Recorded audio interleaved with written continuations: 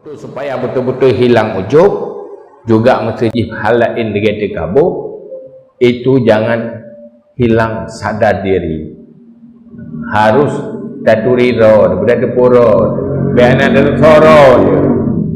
Boh kita nyona orang yang tak batu lagi kita nyo, dumpu kita nyobi, tapi duduk je sombong.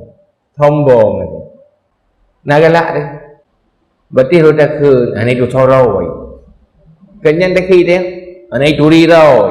Dipikir roi tau. Mumpu wadah. Makan dia menang. Apalagi Allah. Tiga kalian hamba yang sangat penuh kekurangan, hina tapi ujub terkabur.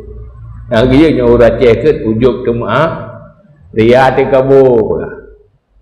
Di sini yang lu binasa.